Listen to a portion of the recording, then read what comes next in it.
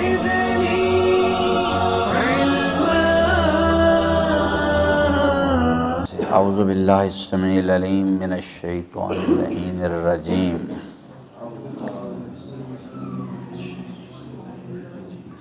بسم اللہ الرحمن الرحیم.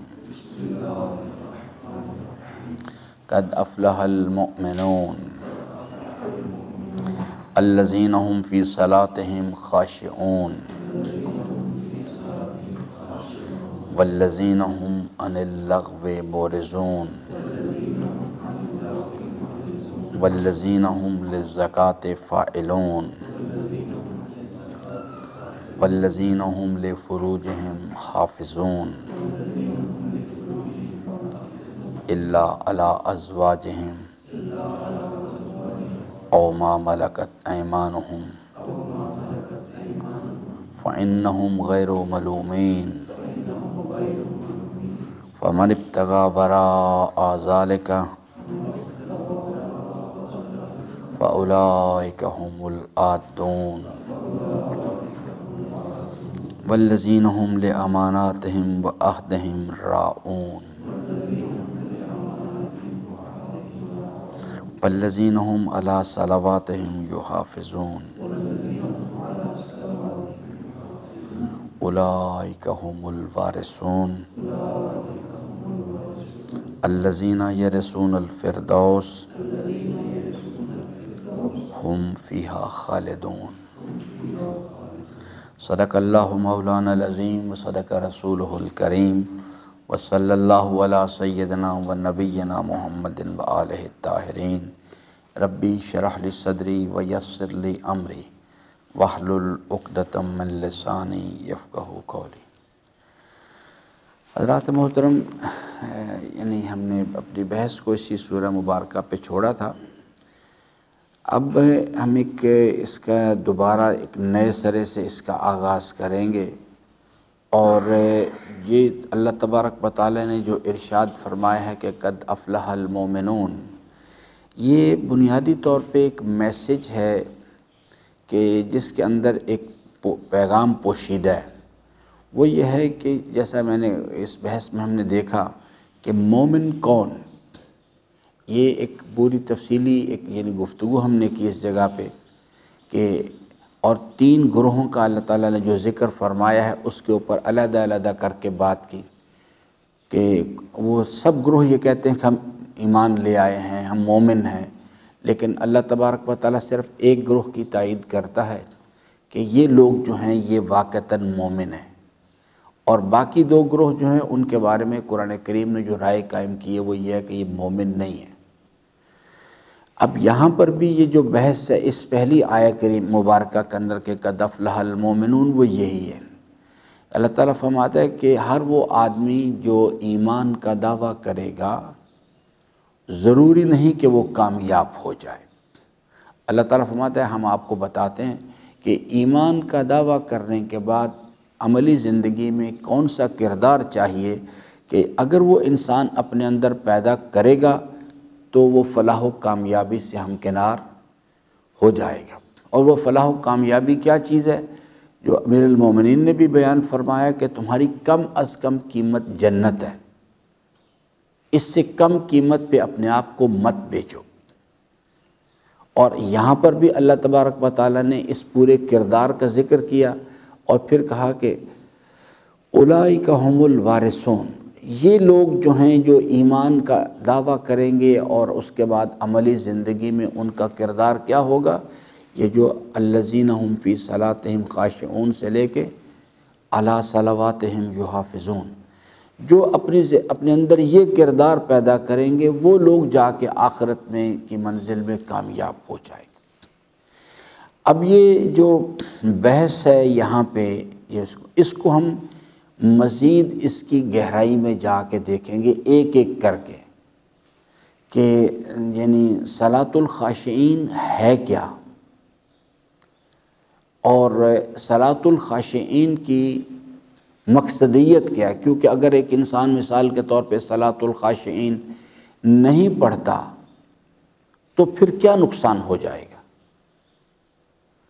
یہ چیز جو ہے اس کو اس کی گہرائی میں جا کے شروع میں آپ کو تھوڑی زحمت ہوگی بات کو سمجھنے میں، لیکن اگر آپ نے اس میں یعنی جو قرآن کریم میں اللہ تعالیٰ نے بیان فرمایا، اللہ کی آیات میں غور و فکر کرنے کی عادت آپ نے بنا لی اور ساتھ اللہ سے دعا کرتے رہے، تو پھر آپ کو سمجھ آ جائے گی بات، پھر سمجھ آنی شروع ہو جائے گی۔ یعنی یہ ایک گریجول پروسیس ہے، آہستہ آہستہ آہستہ آہستہ، یعنی شکر تم انسان نے کرنا ہے، ازیدنکم اللہ تبارک و تعالیٰ نے کرنا ہے، گریجول ٹو وے ٹریفک ہے یہ، یعنی جو آہستہ آہستہ آگے کی طرف چلتی ہے۔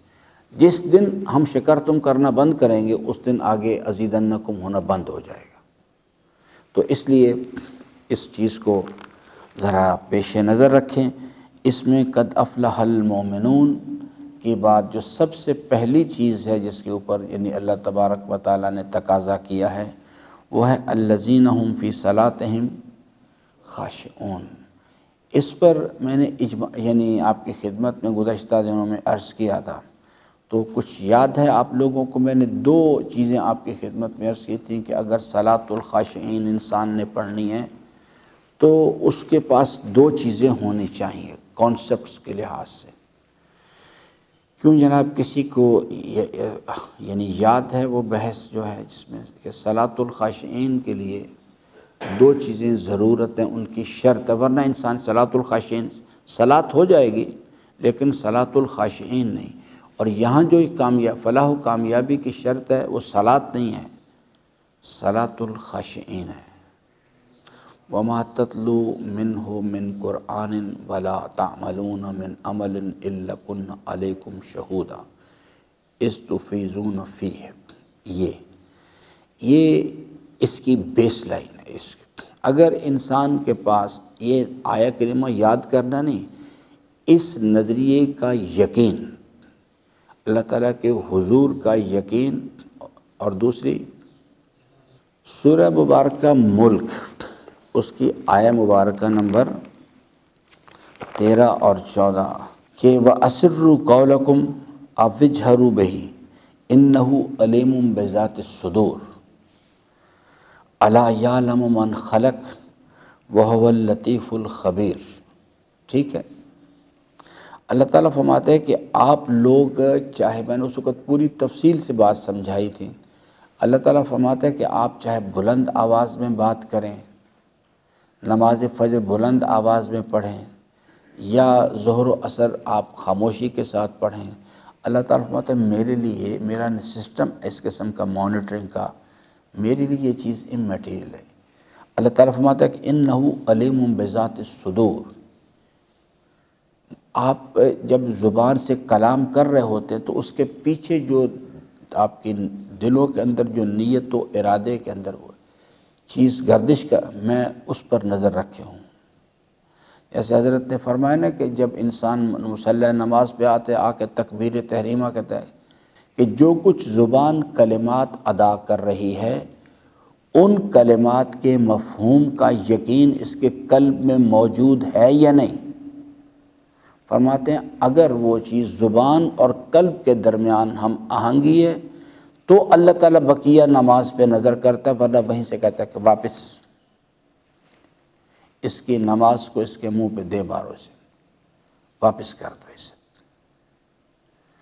تو اس لیے صلاۃ الخاشعین کے لیے میں نے آپ کی خدمت میں عرض کیا تھا کہ یہ دو چیزیں بیسک ریکوائرمنٹس ہیں، ورنہ انسان جو ہے وہ صرف صلاۃ تک محدود رہتا ہے، اور صلاۃ تک محدود رہنے کے لیے بھی یہ ہے کہ اس کے جو آداب ظاہری ہیں ان کا بھی پتہ ہونا چاہیے۔ صلاۃ الخاشعین پڑھی جائے گی تو نماز قبولیت کی طرف جائے گی، جب نماز قبولیت کی طرف جائے گی تو پھر اس کا اپنا منطقی نتیجہ لے کے اقیموا الصلاۃ لذکری۔ ٹھیک ہے جی، تو آج آدھا ٹائم ہو گیا، آدھا ٹائم میں نے کہا تھا کہ ہم اس زیارت یعنی وارثہ کے بارے میں بات کریں گے، تو اس میں نے اس کی تقسیم آپ کی خدمت میں کی تھی، یہ بھی غور سے سنیں کیونکہ یہ بھی میں بعد میں سنوں گا آپ سے کہ جی آپ کو سمجھ آئی کہ نہیں آئی اس چیز کے لیے؟ ایک درود پڑھ لیجیے، میں پانی پی لوں ذرا۔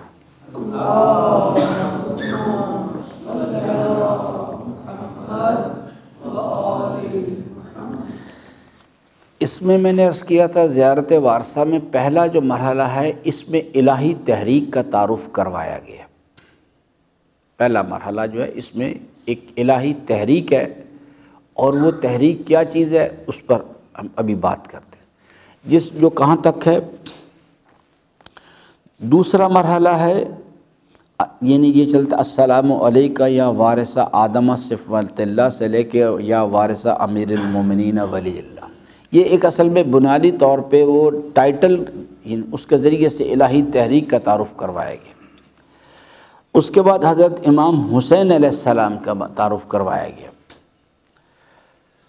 اس کے بعد یہ اشہد انک قد اقمت الصلاۃ سے حسینیت کا تعارف کروایا گیا ہے، حسینیت کیا چیز ہے۔ اور پھر آخر میں جا کے یعنی وَأُشْهِدُ اللَّهَ وَمَلَائِكَتَهُ وَأَنْبِيَاءَهُ وَرُسُلَهُ، یہ اس میں میرا جو کردار ہے، میرا اس پورے پروگرام کے اندر میرا کیا رول ہے، اس چیز کا تعارف کروایا گیا۔ تو اس کو اسی ترتیب کے ساتھ یہ جو چیز ہے کہ میں نے جو عرض کیا تھا کہ نماز قلب انسان پڑھتا ہے، زبان نہیں پڑھا کرتے، اسی طرح سے زیارت جو ہے نا یہ اصل میں ایک باقاعدہ طور پہ اپنے امام کے ساتھ ایک مکالمہ، جیسے نماز اللہ سے گفتگو ہے ایسے یہ چیز ہے۔ تو اس میں جو الہی پروگرام ہے وہ ہے کہ یعنی میں آپ کو قرآن کریم سے عرض کرتا ہوں اس چیز کے لیے، یہ سورہ مبارکہ نمبر صف ہے، اس کا شمارہ ہے 61۔ اس میں اللہ تعالیٰ نے یہ اپنا پروگرام دیا ہے۔ تو اللہ تعالیٰ ارشاد فرماتا ہے، یہ اس کی سورہ مبارکہ صف، اس کا آپ چھوڑ دیں میری بات سنیں، میں نے آپ کو ریفرنس بتا دیا ہے، اس میں تلاش کرنے میں آپ کو ٹائم لگے گا۔ اس کی آیہ مبارکہ نمبر 8، اللہ تعالیٰ ارشاد فرماتا ہے کہ اعوذ باللہ السمیع العلیم من الشیطان اللعین الرجیم، بسم اللہ الرحمن الرحیم، یریدون لیطفئوا نور اللہ بافواہہم واللہ متم نورہ ولو کرہ الکافرون، هو الذی ارسل رسولہ بالہدی ودین الحق لیظہرہ علی الدین کلہ ولو کرہ المشرکون۔ تو اللہ تعالیٰ ارشاد فرماتا ہے کہ یہ جیسے یعنی اس میں اگر آپ سورہ اس آیہ مبارکہ نمبر 8 کو دیں گے، یریدون لیطفئوا نور اللہ بافواہہم، یہ اپنے منہ کی پھونکوں سے اللہ کے نور کو بجھا دینا چاہتے ہیں۔ جیسے آج کل ڈونلڈ ٹرمپ اس کے رفقا جو ہیں وہ اپنی تدابیر کر رہے ہیں کہ کسی طرح سے اللہ تعالیٰ کے نور کو بجھا دیں۔ واللہ متم نورہ، اللہ تعالیٰ فرماتا ہے کہ یہ نادان ہیں، ان کو سمجھ نہیں ہے، یہ الہی پروگرام ہے، یہ الہی ارادہ ہے کہ ہم اپنے نور کو اتمام تک کی منزل تک لے کے جائیں گے، اسے کمال کی منزل تک پہنچائیں گے۔ الہی ارادہ جو ہے اس کو ہم حتمی طور پہ عملی شکل دیں گے۔ ولو کرہ الکافرون، اگرچہ کہ کافر کتنی بھی اس سے کراہت کیوں نہ کریں۔ اور اب یہ کام کیسے کیا جائے گا؟ هو الذی ارسل رسولہ بالحق، ہم نے اللہ تعالیٰ فرماتا ہے ہم نے ایک سسٹم ڈیزائن کر دیا، ایک پلان کر لیا ہے، ہم نے اپنے ایک سلسلہ نبوت و رسالت جاری کیا، اپنے پیغامبران کو بھیجا، ارسل رسولہ بالہدی، ہدایت دے کے، و دین الحق، اور دین حق کے ساتھ بھیجا، لیظہرہ علی الدین کلہ، یہ چاہتے ہیں کہ ہمارے یعنی اس نور کو، دین الہی کو یعنی شکست دے دیں، چاہتے ہیں یہ اس کو ختم کر دیں۔ اللہ تبارک و تعالیٰ فرماتے ہیں کہ ہم نے اس کو دین حق دے کے لیظہرہ علی الدین کلہ، تاکہ ہم اللہ کا دین جو ہے تمام ادیان باطلہ پر غالب آ جائے، ولو کرہ المشرکون، یہ الہی ارادہ ہے۔ اللہ تبارک و تعالیٰ اپنے دین کو تمام ادیان باطلہ پہ غالب کر کے رہے گا، ولو کرہ الکافرون ولو کرہ المشرکون، اگرچہ کہ وہ اس سے کتنی بھی کراہت اس چیز سے کیوں نہ کریں۔ اس چیز سے غلبہ دین کیا چیز ہے؟ ایک سادہ لفظوں میں اگر اس کو تلاش کریں، ظلم کا خاتمہ اور عدالت کا قیام، بس یہ دو چیزیں جو ہیں جب تو غلبہ، اگر اس ذات میں ہم یہ کام کرنے میں کامیاب ہو جائیں، ظلم کا خاتمہ کریں، نفس کی خواہشات کی پیروی ظلم ہے، اور نفس کی خواہشات کو برطرف کرنا اور الہی امر کو اپنی زندگی میں آگے لے کے آنا اپنے وجود کی سلطنت میں، اس کو عدل کہا جاتا ہے۔ عدل سے مراد ہے کہ جو جس شے کی جگہ ہو اسے اس کے مقام پہ رکھنا، یعنی اللہ تبارک و تعالیٰ جو اس کائنات کا اور ہمارا خالق و مالک و حاکم ہے، اس نے ہمیں یہ وجود عطا کیا ہے، ارادہ دیا ہے، مہلت دی ہے، عمل کا اختیار دیا ہے، تو اس یعنی جوانی کو استعمال کرنے کے لیے جو اللہ تبارک و تعالیٰ نے رہنمائی فرمائی ہے، اس کے مطابق اس کی دی ہوئی جوانی کو استعمال کرنا، نعمتوں کو اس عدل کہتے ہیں۔ اپنی نفس کی خواہشات کے مطابق استعمال کرنا یہ ظلم ہے۔ دین کیا چیز ہے؟ ظلم کا خاتمہ اور عدالت کا غلبہ۔ دین کیا ہے؟ ظلم کا خاتمہ اور عدالت کا قیام، فرد میں بھی اور معاشرے کے اندر بھی۔ اس چیز کے لیے یہ ایک الہی پروگرام ہے جو اللہ تبارک و تعالیٰ نے یعنی بیان فرمایا۔ یہی چیز زیارت وارثہ کے اندر ہے۔ الہی پروگرام کے تحت جیسے اللہ تعالیٰ نے فرمایا هو الذی ارسل رسولہ بالہدی ودین الحق، حضرت آدم علیہ السلام علی نبینا، ہمارے باپ سے لے کے آج تک یہ تمام جو سلسلہ نبوت، یہ بنیادی طور پہ نبوت و رسالت، امامت، ولایت، الہامی کتب، سب ان کا مرکزی نقطہ کیا ہے؟ یہ سب الہی پروگرام کا حصہ ہیں، اور مقصد ہے کہ دنیا سے ظلم کا خاتمہ کر دیا جائے اور روئے زمین پہ عدالت کو قائم کر دیا جائے۔ اس چیز کے لیے حضرت امام حسین علیہ السلام کے بارے میں یہاں پر بیان کیا گیا ہے کہ یہ حضرت آدم علیہ السلام کے وارث ہیں، یعنی اسی مشن میں ان کے وارث ہیں۔ حضرت آدم علیہ السلام کے پھر نوح علیہ السلام، ابراہیم علیہ السلام، موسیٰ علیہ السلام، عیسیٰ علیہ السلام، سرور کائنات امیر المومنین، یہ ان سب کے وارث ہیں۔ اور خود سید الشہداء نے بھی یہی بات بیان فرمائی کہ انما خرجت لطلب الاصلاح فی امت جد رسول اللہ ارید ان آمر بالمعروف وانہی عن المنکر واسیر بسیرت جدی و ابی۔ فرماتے ہیں کہ میں انما خرجت، میں فقط اور فقط اس لیے نکلا ہوں کہ لطلب الاصلاح فی امت جد رسول اللہ، میرے اپنے جد کی امت کی اصلاح کروں، انہوں نے دین کو انحراف پیدا کر دی ہے، تو میں چاہتا ہوں ان کی اصلاح کروں، اور اس اصلاح امت رسول اسلام کے پروگرام کے لیے ارید ان آمر بالمعروف، میں نے ارادہ کیا ہے کہ امر بالمعروف کا فریضہ انجام دوں اور نہی عن المنکر کا فریضہ انجام دوں۔ اور اس یعنی فریضے کو انجام دینے کے لیے میرے سامنے رول ماڈل کون ہے؟